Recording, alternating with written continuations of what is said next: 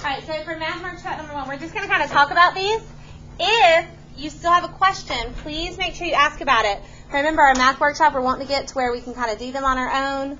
They're laid out kind of like the Scantron and Aspire questions we're going to be seeing actually next week, and we'll talk more about that on Friday, okay? So for our math workshop number 1, we're subtracting 2 decimals. What is our number 1 rule when adding or subtracting decimals? What do you have to remember to do when you're subtracting decimals? Jacob? Line up the decimal. And guys, when I line up the decimal, what that's also doing is not just the decimal I have to make sure is in line. I have to make sure what else is in line. McKenna?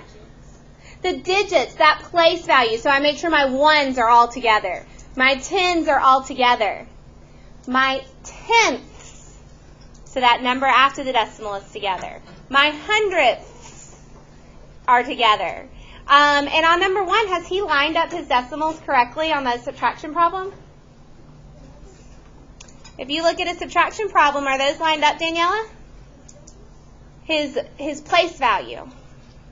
His decimals are in a line, but look at his place value. Look at his digits. Are his 1s, his 10s, his hundreds, his tenths, his hundredths, are those lined up correctly? Zach? No. Do y'all see how there's like a gap in, I think it's the second number? The tenths. Do y'all see the gap in the tenths place? Can I just put a gap randomly in a decimal? No. So have I lined those digits up right? No. All right. Are there any questions about number 1? That should kind of help us be able to select the correct answer option. Make sure you read them carefully. But it's that place value that he hasn't lined up. Do we have any questions about number 1? Any questions? Y'all got the answers in front of you. You've read them. Everyone knows what we're looking at. Y'all are good with that? All right. Number 2. Number 2 has those absolute value bars around it. What do those bars do to a number? What do they do to a number, Hannah? They make it positive. What if it's already positive? It stays positive. So on number 2, the only thing that should be changing is it should make sure that we choose an answer that is positive. Because it makes it positive. Can I change it magically into a fraction? No. Make sure all it does is become a positive number. If it's already positive, it just stays the number just without the bars. All right, do y'all have any questions about 1 or 2 from the math workshop? All right. We're going to look at our table of contents, so we're adding number 16.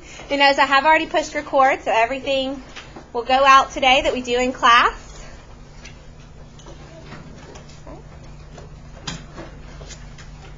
All right, so number 16, make sure you're adding that. I'm going to pass out our notes for today while you get that added on to your table of contents.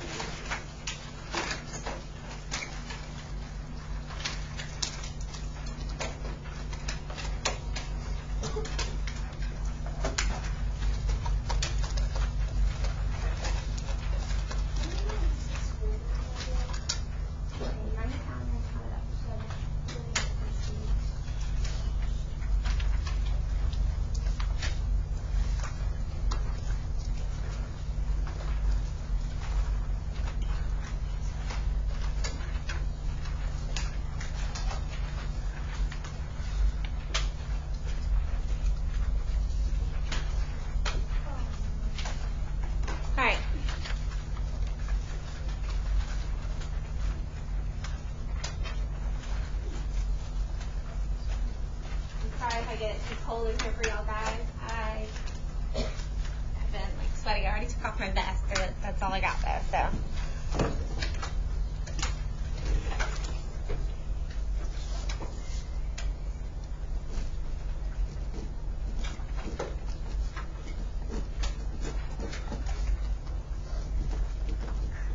Raise your hand if you need more time with the table of contents. Okay, a couple of us. All right.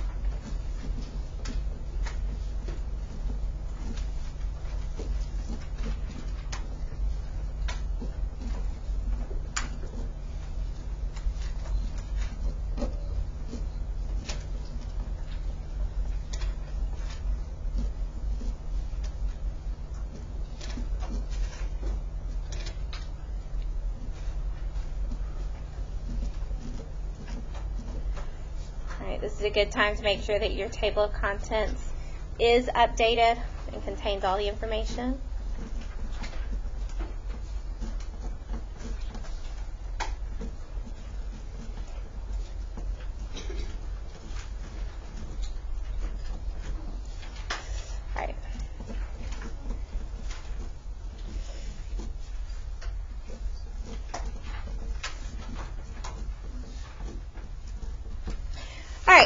So today we're going to talk about something called unit dimensional analysis, which is using ratios to convert measurements.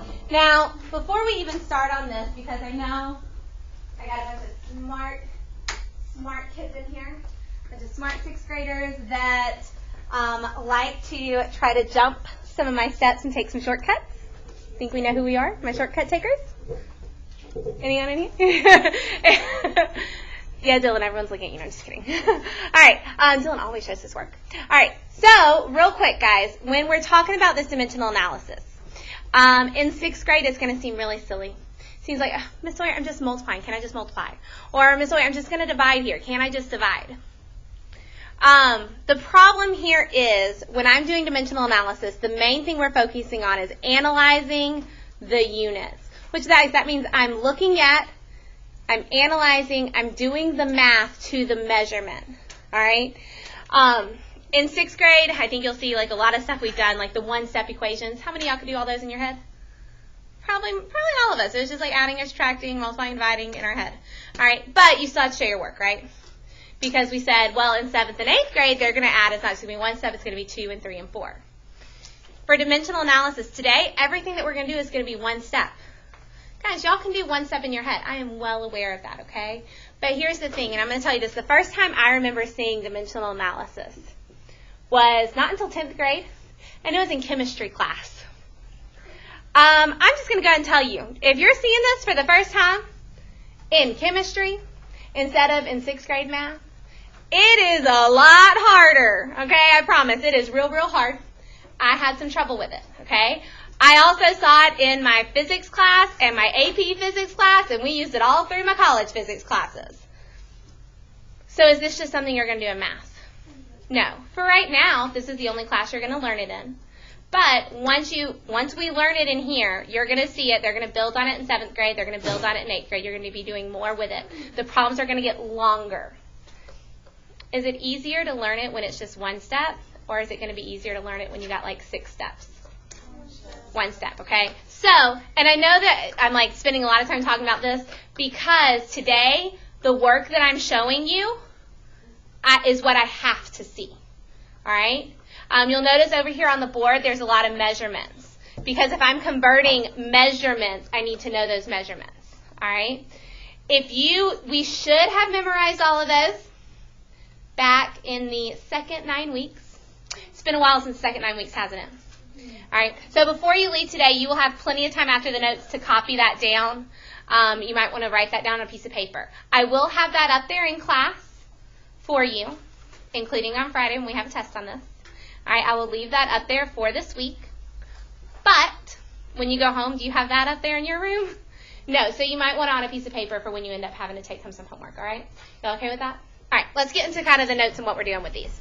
All right, so it says dimensional analysis is analyzing the units. So we're going to be looking at the measurements. And Taylor, if you could not work ahead, let us get some problems done together, please, okay? Because we have to work them out correctly. All right, it says right here, the way we're going to do that is we are going to multiply a measurement by a unit ratio. Unit ratio. Sounds a lot like unit rate, doesn't it? Okay, here's the difference. For a unit rate, where does 1 have to be? On the bottom. For a unit ratio, it doesn't matter where the 1 is as long as there's a 1 either in the top or the bottom, okay? For a rate, it has to be in the bottom. For a ratio, it doesn't matter. Are we okay with that? All right, so if you look down here, do you see where it says examples of unit ratios? And it says 12 inches over 1 foot. What's special about 12 inches and 1 foot? What's special about that, Locke? 12 inches equals a foot. Do y'all agree with that? So I want us to think about some fractions for just a second. So I'm going to separate from these. Don't even look at these. If I have the fraction 8 over 8, what does 8 over 8 equal to? Alexandra? 1. Okay. If I have the fraction 53 over 53, what does 53 over 53 equal to, Jacob? 1. 13 over 13, Diesel? 1. 7 over 7, McKenna? 1. 3 over 3, Kelly? 1. 12 inches over 1 foot. They're the same thing. So what is that fraction really equal to? Logan? 1. 1. It's just equal to 1 because do y'all agree they're the same thing? So I could simplify that to 1. 3 feet over 1 yard, they're the same thing, so that's the same as 1. All right? Now we're going to use this because, look, do you see where it says multiplying by a unit rate? These are unit rates. What's that the same as? Multiplying by 1. Does multiplying by 1 change anything? 5 times 1 is? 5. 11 times 1 is? 11. 27 times 1 is? 27. So it says we're multiplying by unit ratio. It's kind of like we're multiplying by 1. That's why we're allowed to do that, because does multiplying by 1 actually change it? No. So it's not going to change the measurement. It's going to convert it. Guys, 1 foot is equal to 5,280 miles, correct? They're two different numbers, but are they talking about the exact same distance? Yes. Okay. Luke? Why don't we use the metric system? You will in your science classes. All right. We're going to work with those measurements that are up on the board, my gallons, my pints, my miles, my feet, because that's commonly what's used in everyday life here in America. Again, if we did live somewhere else where they did use the metric system, that's what we'd be doing this with. But since it's not as common here, we're going to stick with what's common. Okay. All right. So, guys, I want us to look at number 1. Number 1. All right. It's what are we given? What are we given to start it out? Jacob. 4 yards. 4 yards. That's what we're given, right? We want to change it to feet, but for right now, we just know 4 yards. Okay. Now, guys, I'm going to make these ratios, which means they're going to look like fractions. Are y'all okay with that? Guys, 4 yards. If I was going to make that a fraction, what would I put on the bottom? 1 foot. Just 1. 4 yards, because I'm not changing it 2 feet. I'm just saying 4 yards over 1. Because if I put a 1 on the bottom, does it change it? No. So that's really just 4 yards. You do not have to put the 1 there. I think it is a little bit helpful when we're setting these up, though, because I need to make sure my 4 yards is on the top. Okay. It says we're going to multiply. Remember, right here it said multiply. So I'm going to put times. I'm going to draw a ratio bar, a fraction bar, because it says we're going to multiply by a unit ratio. Do y'all good with that? Okay. All right, here's how you're going to set the ratio. Are y'all okay with where I got 4 yards from? There was nothing on the bottom, so I put a 1 on the bottom. For right now I need to put my measurements here. Every single time, what was I given? Yards. Sorry, let me rephrase that. What measurement was I given? Yards. So every single time, the measurement that I'm given, yards, is going to go on the bottom. What am I wanting to change yards to? Dylan? Feet. So what measurement do you think I'm going to put on the top? Feet. Okay, so I want to pause here because this is the next big step. If you can do this step, the rest of the problem is so easy. This is the hard part. All right? Feet and yards. Are there any questions on why I set those up? Guys, I want you to think about fractions for a second. If I have yards on the top and I have yards on the bottom, if I have the same thing on the top of a fraction and the same thing on the bottom of a fraction, what ends up happening to those two things? Dylan? Luke? We learned this earlier in the year. We did learn this early in the year. If there's something on the top and the exact same thing is on the bottom, what can I do to those, Alexandra? You can simplify them, and what's going to happen if they're the exact same? What's that going to simplify? What's going to happen when I simplify, Locke? Yeah, it's going to become 1. They're going to mark out and really go away completely, okay? So, are y'all okay with the measurements here? So now we need to talk about where to get the numbers. All right, over there on the sideboard, I have this written out. All right? Now remember, we were talking about feet and yards here.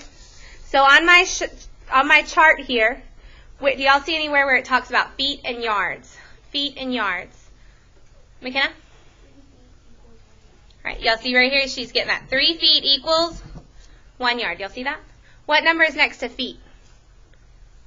3. So next to feet, I'm going to write 3. What number was next to my yards? 1. So next to yards, I'm going to write 1. Okay?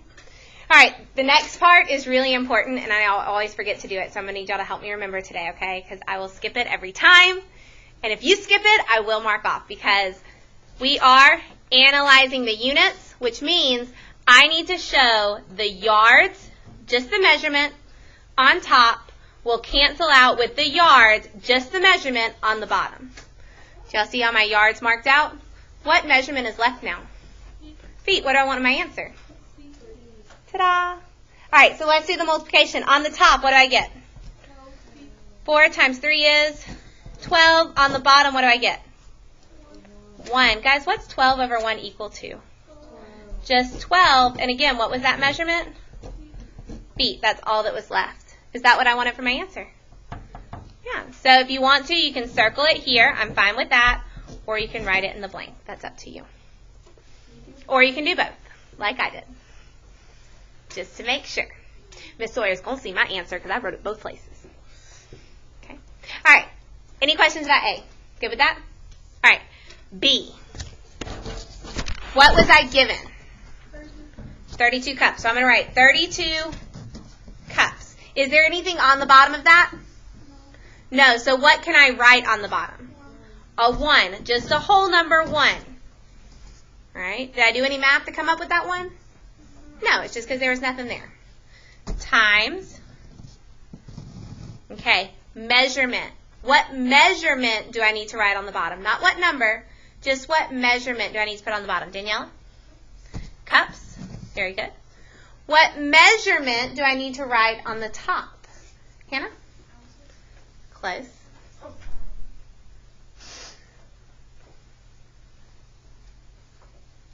Grace?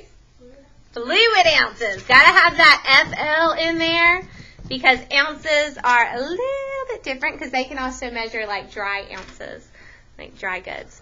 Okay, I'm going to go to my chart that's on the board. What does it tell me about my fluid ounces and my cups? What does it say about that? Luke? It says that 8 fluid ounces equals 1 cup. All right, so he's getting 8 fluid ounces equals 1 cup. So what number has to go by my fluid ounces? Luke, what number goes by my fluid ounces? We just underlined it. 8. So next to fluid ounces, I'm going to write 8. What number did I underline? What number is going to go by my cups? 1. You'll notice on those two problems, my number ended up on top. That's not always going to work out like that. We'll see some in a little bit, okay? Do y'all see how I'm just looking at the chart to get my numbers? And I write them next to whatever they were next to? All right. So now, what do I need to remember to do? Can't forget. It's really, really important. Look. Those cups have to go away. Can I have cups in my answer? No. All right. So now let's multiply on the top. What do I get? 32 times 8. Alexandra. 256. What do I get on the bottom? 1. Guys, if you want to skip that step, do I need to write a 1 on the bottom? No. What's 256 over 1? 256. Make sure we do put our fluid ounces. If you do not have the measurement, then I don't know what you're talking about, okay? If you don't write those measurements, the whole point in dimensional analysis is to analyze the measurements, to show me what's happening on the measurements, all right? All right. C says 3 tons. Now, some of y'all might not know this. I'm going to write it in. We know we have 3 tons. The abbreviation for tons is a capital T. Okay, so the abbreviation for that is a capital T. You'll see that on your homework. Yes, Logan? That, I don't know. I don't have a good reason for that. That's what it says in your book, so that's why I wanted to make sure you know, so that when you see a capital T, you know it's tons. Luke? Like it's capitalized because tons is like big numbers and capitalized are like big letters. That's a really good reason to capitalize tons because tons are real, real big, so we want a big letter. I like that. All right, I have 3 tons. Was there anything on the bottom of that? Was there anything on the bottom of that? So what can I put there? 1. All right. What measurement is going to go on the bottom of my ratio that I'm going to write? Grace? Tons. The T. And what's going to go on the top? The pounds, the LBS. Perfect. Okay. Looking at my sheet again. What does it tell me about tons and pounds? Anyone see anything on there about tons and pounds? Someone new. Seeing some repeaters here. Chandler.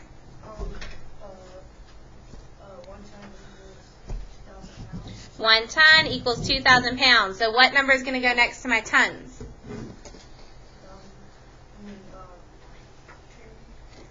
1. So my tons, you'll see where it says 1t? That means in my fraction I have to write 1t. What number is going to go next to my pounds? Jacob? The 2,000. All right. Before I start multiplying and doing my math and get my answer, what do I have to remember to do? What do I need to remember to do? Diesel? Mark out those tons. And guys, I promise you, like, it is something that I forget. That's why I'm emphasizing it so much, because I know it's an easy mistake to make. And I don't want to take the points away, but I will if we don't do that, okay? So we need like a little reminder somehow. All right. So on the top, what do I get here when I multiply my top numbers? Kelly? 6,000. On the bottom, 1 times 1 is? 1. Do we need that? No. So what was my measurement I was left with? The pounds, that LBS. So I just get 6,000 pounds, and that's my answer. Again, if we want to write it on the blank as well, we can. There's my other one. Okay. All right. Yes, Luke? Why is pounds abbreviated to LBS if it doesn't have an L or a B? I don't know. All right. D. All right. This is going to be our last easy one. Then we're going to step it up a little. You notice example 2, we got something funky going on. We're going to look at that. All right, so for D, to start that out, how am I going to set it up? Taylor Robertson? 7 quarts over 1. There's nothing underneath, so we're just going to put a 1 there. Times, Tanner, what measurement is going to go on the bottom? Gallons. On the bottom. On the bottom, quarts, and on the top we have gallons. Y'all okay with where I got those numbers from? All right, so looking at my list, you have the board. I also am putting it up here for you. What do I know about gallons and quarts? Gallons and quarts. What do we know about them? Willie?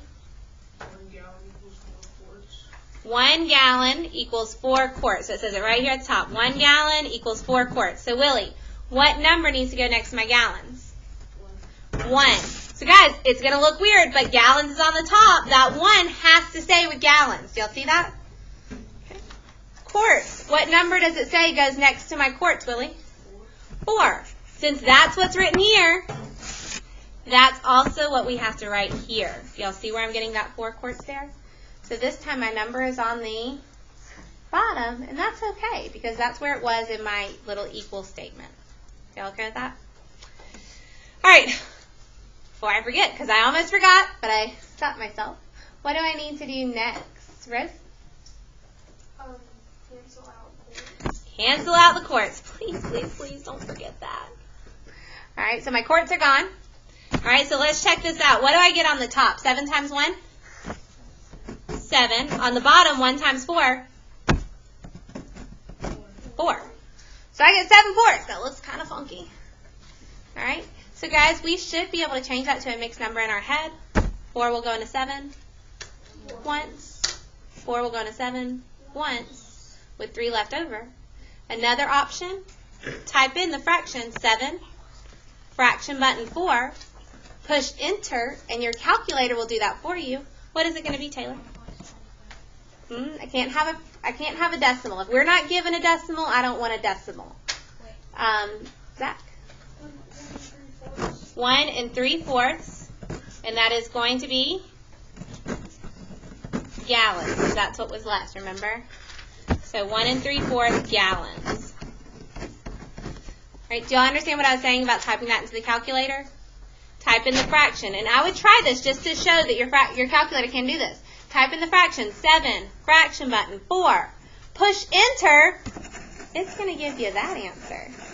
All right? Chandler? How, 7 quarts and 4 quarts equal 1 gallon? If the 7 and 1 gallon is 4 quarts, wouldn't there be 3 quarts left over? 1 gallon, right, with 3 out of the 4 quarts left over. That's what that 3/4 is. Does that make sense? Because remember, this is gallons, so that's saying 3 out of 4. The 4 comes from the fact that it's 4 quarts. Okay. Now, sometimes your fractions are going to simplify, so you might not see like the 4 quarts. It might simplify further. Okay. So let's look at the next one. Now, on the next one, what do you notice is happening here? There's a fraction here. I'm given 5 1/2. Now, guys, that's not a big deal because we've had fractions, haven't we? What do you think is the issue with this fraction? What's the problem here? Because we do kind of have a problem with this fraction. Dylan? We're like decreasing. That's fine. In fact, we decreased here quarts to gallons. That went smaller, didn't it? So we decreased there already. What's my issue with this fraction specifically? When I've done my ratios, can a ratio have 3 numbers? No. A ratio can only have a top and a bottom. So what do I need to do to this fraction? Alexandra? Make it improper. Okay. So we're going to do 5 times 2 is 10. Remember, you multiply and then we add. So 5 times 2 is 10 plus the 1 is 11 over. What number was on the bottom? 2, so we keep a 2 on the bottom. Where do you think I'm going to write my LB? Looking. 11. Next to the 11. Our measurement we want to leave on the top. All right. Do I need to put a 1 on the bottom? No, I already have a number there, so we're good. Y'all ready? Keep going. Times. What measurement is going to go in my second fraction? What measurement do I need there? Abby? Ounces. Okay, where's ounces going to go?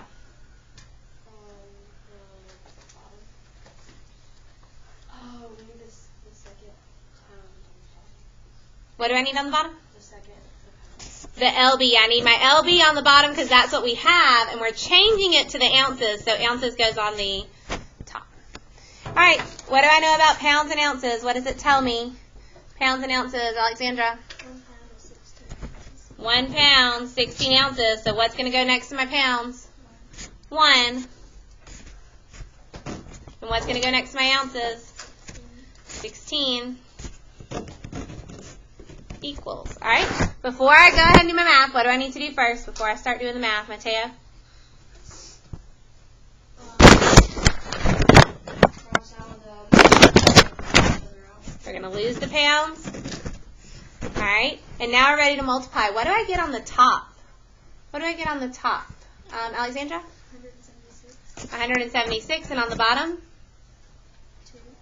2. 2? Yes. 176 over 2. Do y'all see where I got 176 from? See where I got 2 from? What measurement goes with that, though? The ounces. You can write that in or you can save it for the end. I'm okay with that. All right. Guys, again, you can type in 176, fraction button, 2, push enter. It'll simplify it for you. What is this going to simplify to, Jacob? 88. Make sure we have 88 what? Ounces. All right, which that does have a benefit of writing it in the blank because you notice my words are already there for me, so I don't leave them out. All right, let's look at B. So I have 7 3/4. What do I need to do first to 7 3/4? Make it improper. 7 times 4. 7 times 4 is? 28. Plus 3 is? 31 over 4. Make sure my quarts, my QT, stays on top. Are y'all seeing where I got that from? I'm just writing my measurement on top every time here. Okay, when I set up my next ratio, what measurements do I need in that second one? Hannah? So I have quarts on the bottom, so they go away, and pints on the top. Okay. What numbers do I need to go with those? Using that chart, Daniela? It says 1 quart equals 2 pints. So I have 1 next to quart, 2 next to pint. Okay, make sure we mark out our quarts. Those are gone. Equals 31 times 2. What do I get on the top? Alexandra. 62 over 4. And these are my pints. 62 over 4, when I type that in my calculator, what does that simplify down to? Zach? 15.5. All right. Is there a decimal here? No, so you can't give me a decimal. 15 and 1/2. So be careful, Zach. Did you use your division button? Yeah. Instead, use that fraction button because it'll give you fractions, where if I use the division, that's where we're getting the decimal from. Okay. Now, obviously, 0.5 we know is 1/2, so that's good, okay? All right, so make sure you have 15 and 1/2. Please do not give me a decimal unless it's a decimal in the problem. In fact, I don't think on any of your homework that there's a single problem that should have a decimal. There are no decimals on this homework, okay? We'll look at some of those tomorrow. All right, so if you will, flip that over, guys. This is where your homework is on the back. Guys, what I would do, that chart up there, again, you don't have it at home. So if you want to copy that down up here at the top so you'll have those measurements, that might be a good idea. There's 1, 2, 3, 4, 5, 6, 7, 8, 9, 10 measurements to copy. All right, do that before you get started, so if you don't finish, you have them when you get home. All right. Then we're getting started on this. We should have time. There are 10 problems here to do. We have about 15 minutes.